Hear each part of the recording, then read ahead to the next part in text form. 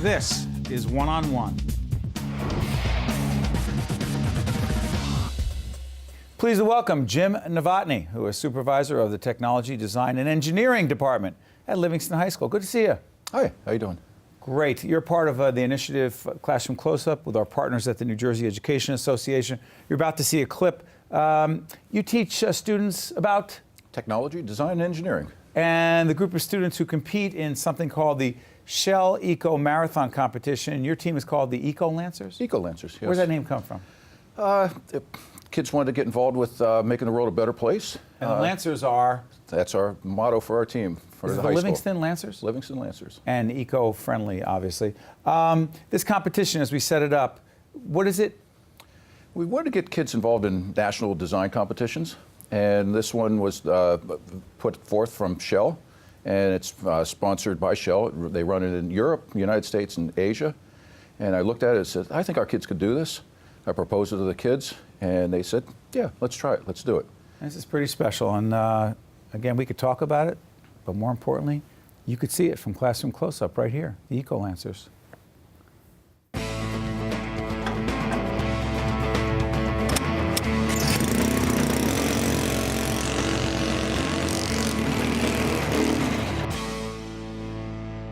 Who are the Eco Lancers? It's an eclectic group of kids. Some want to be engineers, some just like design. It's not quite a club, it's not quite a part of the class. It's kind of a mixture between the two. We are all juniors and seniors, and we are really fortunate that the technology department is quite phenomenal and giving us the opportunity that most high schools can't. Mr. Novotny, my supervisor, was really looking forward. We had seen it, and they've been trying for years to get this going off right there, and he asked me, do you have any kids that you think would be willing for it and want to do it? And I looked right in my Tech and Design 2 level class, which was my upper level design and engineering course, and I found there was 5 students I had in that class that I was like, they work perfectly together as a team, and they would be very successful.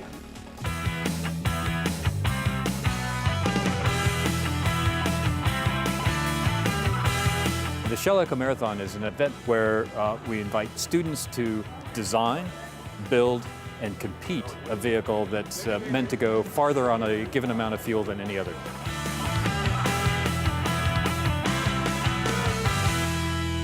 The main thing that we did this year was we converted it to fuel injection, which allows us to electronically through the computer tune the engine based on various factors, the temperature, the air pressure, to make it as efficient as we can.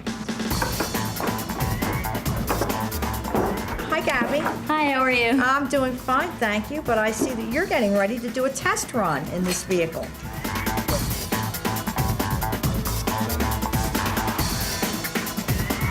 Ready, set, go. In case if there is a fire inside of the car, the driver has to be able to get out of the car quickly. And so therefore, there's actually a test where the driver has to be able to get out of the car after being buckled up and the windshield on. You have to be able to get out of the car in 10 seconds or less. Okay, we're good to go. We actually built this crate. We're going to be using it to ship our car and all of our materials to Houston.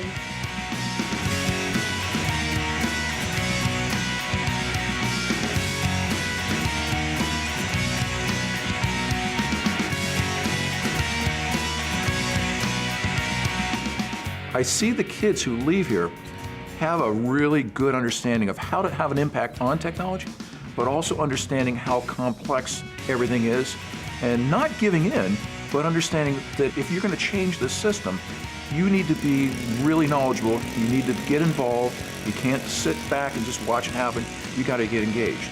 They are changing the world, one kid at a time is what we're doing. How proud are you? Tremendously. Why?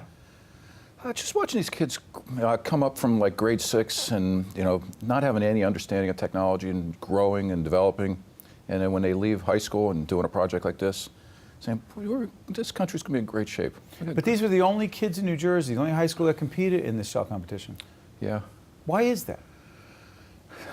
That's a challenge to pull a program, to pull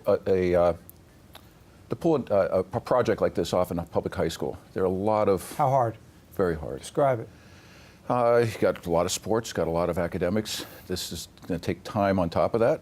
It's going to take time during spring break. but it's real world. It's the kids lay it out, they plan it, they got to put the time schedule together, they got to get the materials. I didn't purchase any of those materials that those kids Who did? use. The kids. What do you mean? They contact businesses, they got donations. They went out and raised money. We raised tremendous amounts of money. Those kids were involved. Those kids, the one... In fundraising? Yes, the one young man on there was afraid to talk on the phone the first time. And now he's the team leader, and he's on the phone constantly with technicians and engineers. Back up for a second. Are you telling me these kids, in addition to learning about design and technology, science, et cetera, that they learned not only fundraising, but leadership and team building and business? You got it. Yeah, they run their entire operation themselves. It's a fully student-run operation. I'm there. That's extraordinary. I'm kind of like the advisor. They meet with me, I give them guidance on what they should be doing, and then they tackle it. What do they walk away with from this experience? Whether they, by the way, whether they win or not? Yeah, that's not nearly as important as the process that they're going through.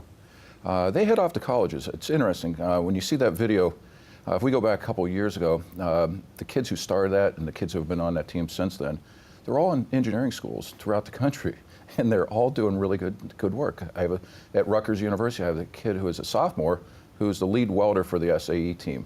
What's that? That's SAE. SAE, Society of Automotive Engineers, and that's a really prestigious position to be the lead welder for the team. Do you connect, Jim, the work that this young man did with you guys at Livingston High and his role right now at Rutgers? Absolutely. And he comes back and he mentors the team. He comes back whenever he can, gives them guidance. We bring Rutgers back in to help our team.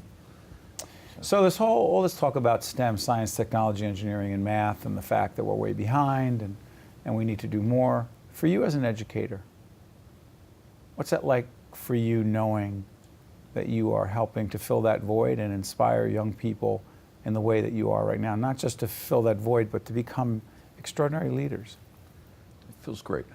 Is that why you went into this? Yeah, I did. I don't want to call it a business. Why into this profession? It's funny because my career ended up in technology education back in 1983, 84, and I've never regretted a day. Say that again, you never what? I'd never regretted a day of being Why? an educator. It's just a calling. I enjoy working with kids. I enjoy challenging them. I'm not the traditional teacher. I'm not a pencil and paper teacher. I'm the teacher who challenges these kids with these real-world scenarios. And I think those real-world scenarios set these kids up for tremendous success beyond college. If they don't go to college, in the real world, if they go start up their own business, I encourage these kids to be creative, to be entrepreneurial. You have to know math, you have to know science. So part of what happens in this whole process, we go through all the science and math, and all of a sudden there's a connection that goes, oh my gosh, I really need to know this stuff. Or the kids come back from a math class later on, they go, remember that problem we were talking about, Mr. Novotny? I'm in calculus right now, and I see how we can do it a little bit differently than what we did. Yeah. It's great. I need to ask you this. We've been asking a lot of leaders this question. CEOs, people who run universities and nonprofits. But you're a leader in so many ways as an educator. Been teaching for how long? 26 years? Yeah. If I asked you the most important leadership lesson that you have learned over the years in teaching these students and motivating them and the things you do, what would you say the most important leadership lesson that you've learned is? I would say it's get real. The kids they're living in a real world. They see real world stuff. They want to work on real world stuff. I found a long time ago the secret to the success of Livingston High School. We do projects that are real world. So if I'm going to have a stagecraft class, you're doing the lighting and sound for the set productions. If you're in an automotive class, you're doing Senior Citizen Car Care Week. If you are doing graphics, you're doing the graphics in Livingston, we had a 200th anniversary. We did a logo design. So I bring people in all the time to present to kids with real world scenarios, and I give them the opportunity and the space to do so. So make it real and relevant. Real and relevant. Give them a space. That's probably another issue that comes up. You have to have space to work. You have to be, a traditional classroom is nice for learning, traditional content, but you need space where the kids can meet, gather, build, design, store. try out things, meet with mentors and whatnot.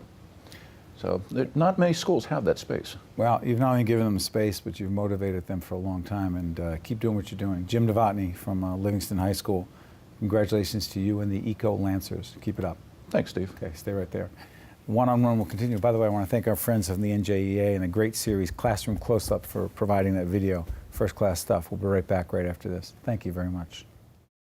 One-on-One with Steve Adubato has been a production of the Caucus Educational Corporation, celebrating over 25 years of broadcast excellence.